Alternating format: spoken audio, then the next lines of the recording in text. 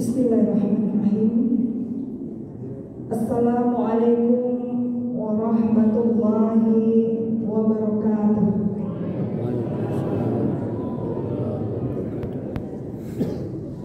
Alhamdulillahilladzi anzala as-sakinata fi qulubil mu'minin. Assalatu wassalamu ala asyrafil anbiya'i wal mursalin wa ala alihi wa sahbihi ajma'in. Yang sama-sama kita hormati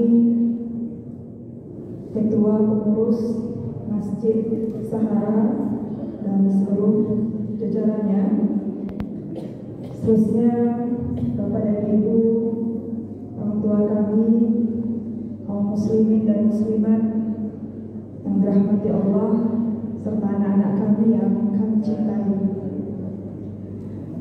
Puji dan syukur kembali kita ucapkan kehadirat Allah Subhanahu wa Ta'ala. Alhamdulillah, pada kesempatan yang penuh berkah di bulan mulia ini, kita masih diberikan kesehatan dan kekuatan sampai pertengahan bulan ini untuk tetap melaksanakan ibadah Ramadan. Tentunya kita berharap Ramadan kita kali ini tentunya menjadi Ramadan yang terbaik dari Ramadan kita dari tahun-tahun sebelumnya. Bagi saya secara pribadi, Bapak dan Ibu, ini juga rasa syukur saya bisa kembali bersua di masjid tempat kelahiran kami. Jadi ini adalah masjid tempat kelahiran kami yang tentunya menjadi suatu kegembiraan bagi saya secara pribadi bisa bertemu dengan orang tua kami di sini. Selanjutnya salawat dan salam kita mohonkan kepada Allah, semoga tetap tercurahkan kepada Nabi kita yang mulia besar Muhammad Sallallahu Alaihi Wasallam. Bapak dan Ibu, kaum muslimin dan muslimat yang dirahmati Allah, membangun ketenangan hati dengan kebaikan wakaf sekaligus investasi akhirat. Agak panjang stage dulu. Jadi membangun ketenangan hati dengan kebaikan wakaf sekaligus sebagai investasi akhirat. Bapak dan Ibu kaum muslimin yang dirahmati Allah, sudah menjadi tujuan hidup kita, barangkali sudah menjadi aspirasi dari setiap manusia di dunia ini untuk mencari ketenangan. Baik itu tua maupun muda, baik itu kaya maupun miskin. Jadi tidak ada orang di antara di dunia aku yang tidak ingin ketenangan. Pasti satu hawa ingin mencari ketenangan hidup. Satu hawa ingin mencari kebahagiaan. Tidak ada awak yang di antara awakku yang tidak ingin bahagia, Bapak. Pasti satu awak menginginkan kebahagiaan, menginginkan ketenangan, menginginkan ketentraman. Namun fenomenanya sekarang, banyak orang yang kita temukan yang mungkin kita sendiri juga merasakan bahwa hidup itu merasa tidak tenang. Ada hidup yang merasa tidak bahagia, merasa tidak senang. Maka kalau di dalam sebuah kajian itu dinamakan dengan fase quarter life crisis, di mana ada fase seorang manusia mengalami kecemasan yang luar biasa. Camih tidak kadape, camih tidak kabar sakit. Kok tiba di kantor camih tidak kadape jabatan, ibu mengalih camih rasa tidak kabar labo. Jadi cemas yang berlebihan.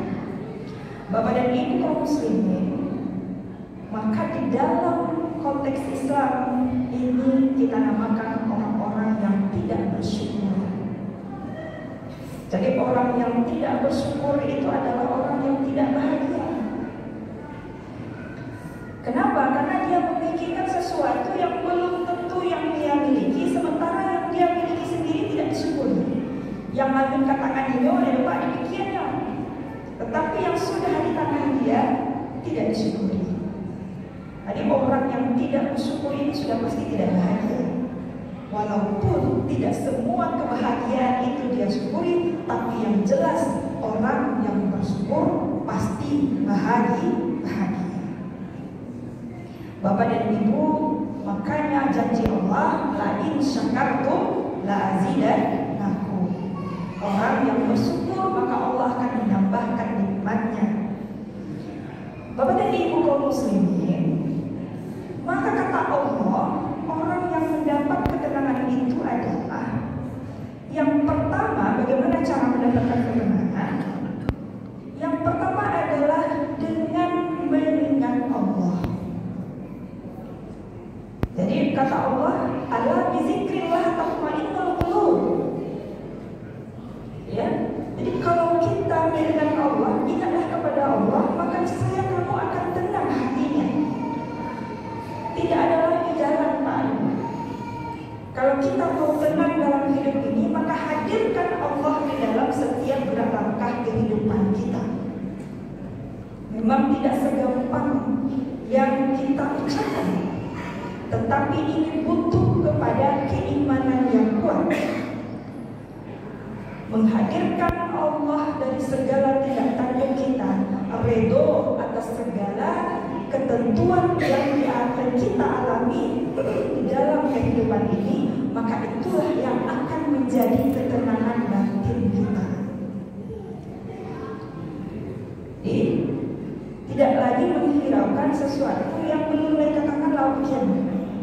Jadi tanda atau cara memperoleh ketenangan itu adalah menghadirkan kehadiran Tuhan di dalam kehidupan kita. Bapak dan Ibu hadirin yang berbahagia, maka ya, atas segala sesuatu yang menimpa diri kita itu namanya ridho. Kalau ibadah itu biasanya dicenderungkan memakai kata ikhlas, misalnya sholat, puasa, ikhlas. Tetapi segala sesuatu yang menimpa diri kita, maka itu dinamakan dengan istilah ridho. Nah, maka segala sesuatu itu, ketentuan yang Allah berikan inilah yang kita serahkan kepada Allah. Tidak ada satu ujian pun yang Allah berikan untuk menyengsarakan umatnya. Maka Allah katakan, wala nabluwannakum min syai'in minal khawfi wal ju'. Allah memang mengujimu dengan kekhawatiran, ketakutan, kekurangan harta, kekurangan jiwa, tapi wa maulana. Jadi Allah itu menguji bukan untuk mensengsarakan kita, tetapi adalah Allah untuk gunanya mendekatkan diri kepada Allah Subhanahu wa Ta'ala. Tidak ada ujian yang Allah berikan melainkan untuk mendekatkan diri kita kepada Allah. Tidak ada penyakit yang Allah berikan kepada kita melainkan Allah itu inginkan dosa-dosa kita dihapus. Tidak ada kehilangan yang Allah timpakan kepada kita melainkan ada ganti yang Allah siapkan. Nah, itulah yang kita tanamkan di dalam diri kita. Ada suatu kisah, ya, seorang ayah yang diuji oleh Allah Subhanahu wa Ta'ala. Pertama seorang ayah ini meninggal anaknya, kemudian dia ridho, sabar, ya, sabar, ridho atas ketentuan Allah. Tidak lama setelah itu meninggal anak kedua. Masih sabar, ya, masih ridho atas ketentuan Allah. Tidak lama setelah itu diuji lagi, anak yang ketiga meninggal. Pas anak ketiga agak termanuang spesialnya. Aku menimpul mengetahui ujian kau. Salah. Jadi terkesan tidak ridho lagi.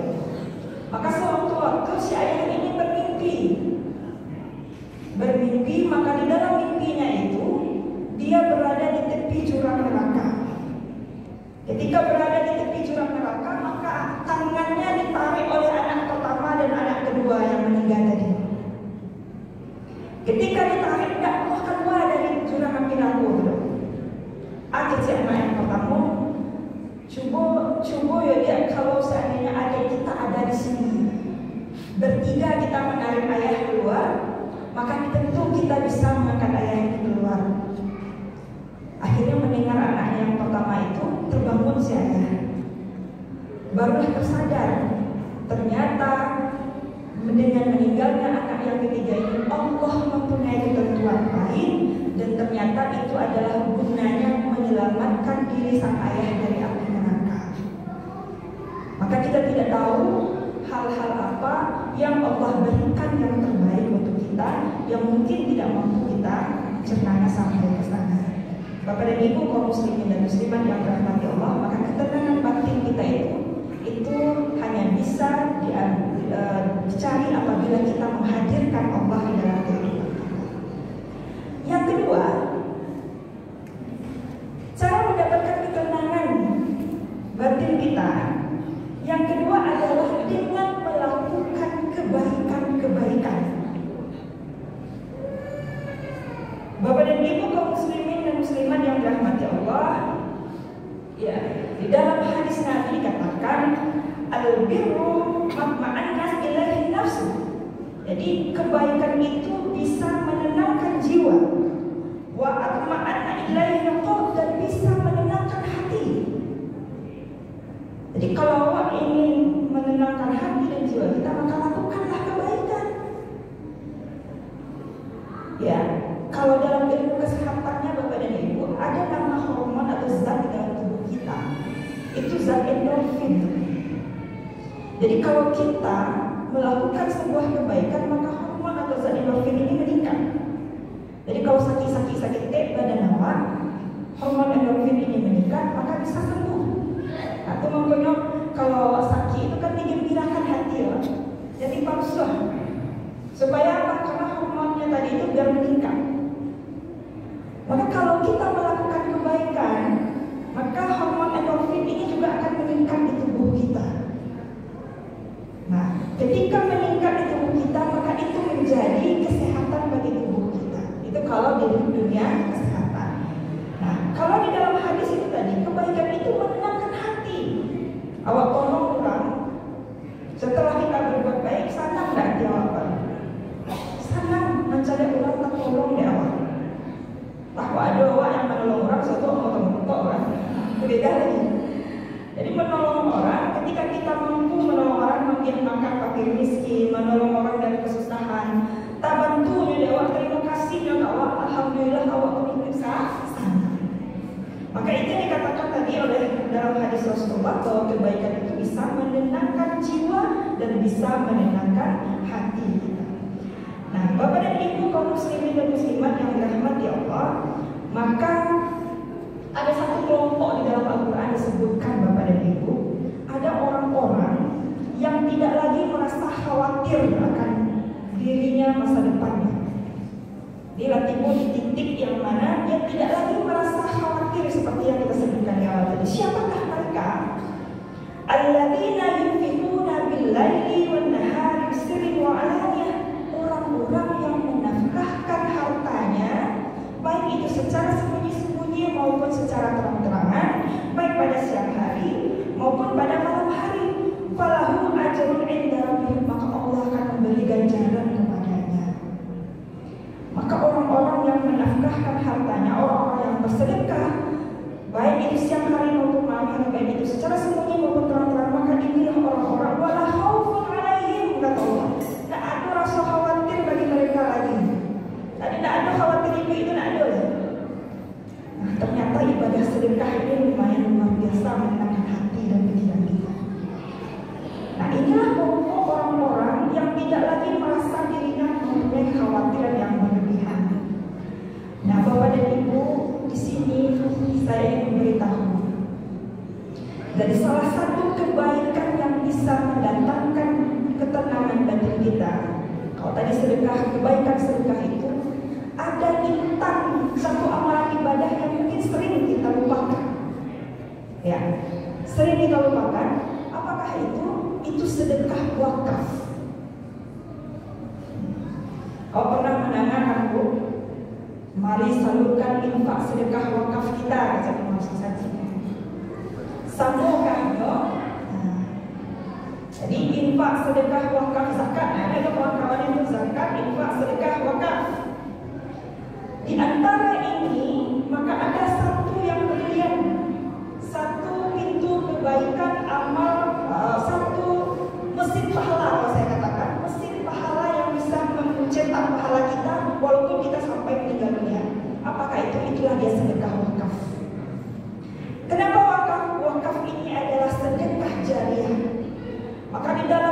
Rasulullah mungkin sering kita dengar, idza matal insan, atau di dalam versi hadis lain dikatakan idza mata ibnu ada inqata'a amaluhu illa min salasin. Apabila meninggal anak Adam, apabila meninggal manusia, maka terputuslah amalannya kecuali di 3. Apakah itu? Shadaqatin jariyatin wa ilmin yantafa'u bihi wa waladin salihin yad'ulah. Jadi orang yang terputus amalnya kecuali 3, yang pertama adalah sedekah jariah, yang kedua ilmu yang bermanfaat, yang ketiga adalah doa atau anak saleh yang selalu menafkahkannya. Maka kata-kata yang pertama itu Bapak dan Ibu, sedekah jariah, ini semua syarah hadis mengatakan itu adalah ibadah wakaf. Itu adalah ibadah wakaf. Wakaf ini mempunyai keistimewaan sedekah yang luar biasa. Kalau kita lihat pada masa Rasulullah dahulu, tidak ada satu sahabat yang tidak berwakaf. Jadi ibadah wakaf ini ibadah yang dicontohkan oleh para sahabat ini. Kita lihat sekarang, kalau yang pernah ke Mekah ada hotel Utsman bin Affan. Ya. Kalau dahulu Utsman bin Affan juga ada mewakafkan sumurnya. Umar bin Khattab juga pernah mewakafkan tanahnya di Khaybar. Pernah suatu ketika setelah selesai perang Khaybar, Umar berkata kepada Rasulullah SAW, "Ya Rasulullah, saya memiliki tanah yang terbaik di Khaybar. Saya bingung ya Rasulullah mau diapakan ini." Apa kata Rasulullah? "In syi'ta habbasta aslaha wa tasaddaqta biha." Kalau engkau mau ya Umar, tahanlah pokoknya, maka sedekahkanlah hasilnya. Jadi tahan pokoknya, maka sedekahkan hasilnya. Maka inilah yang diambil oleh para ulama fikih menjadi pengertian wakaf. Ya Pak, dasar pokok harta yang kita sedekahkan itu tetap nilainya sampai kita kiamat. Sementara yang diberikan kepada yang berhak menerima itu adalah manfaatnya. Nah, itu dia.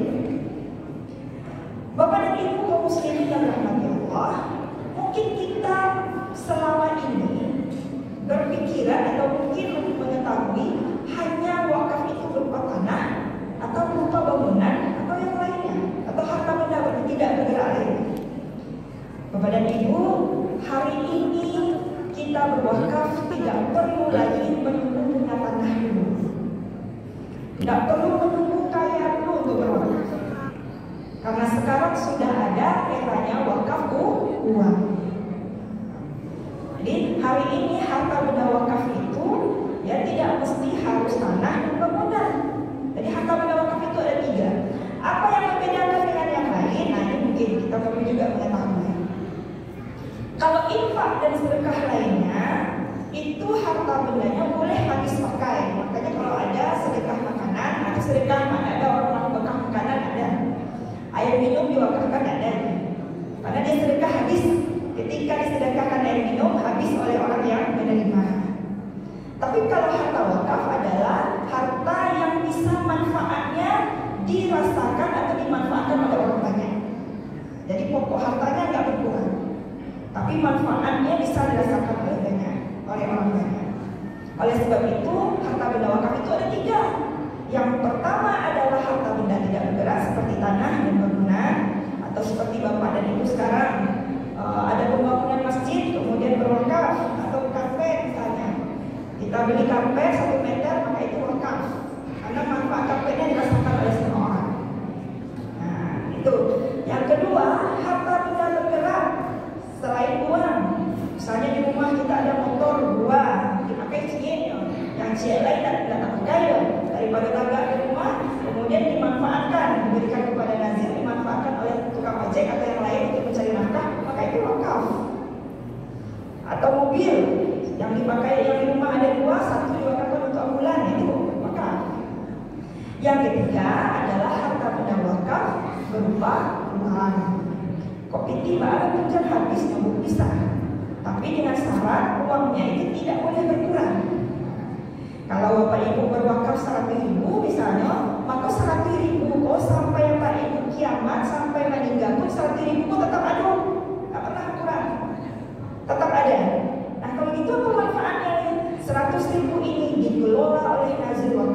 amanah dan profesional, maka manfaatnya terus dirasakan oleh orang yang menerima menerima manfaat wakaf. Jadi 100 ribunya tetap, tapi nanti diolah, ya, diproduktifkan oleh nazir.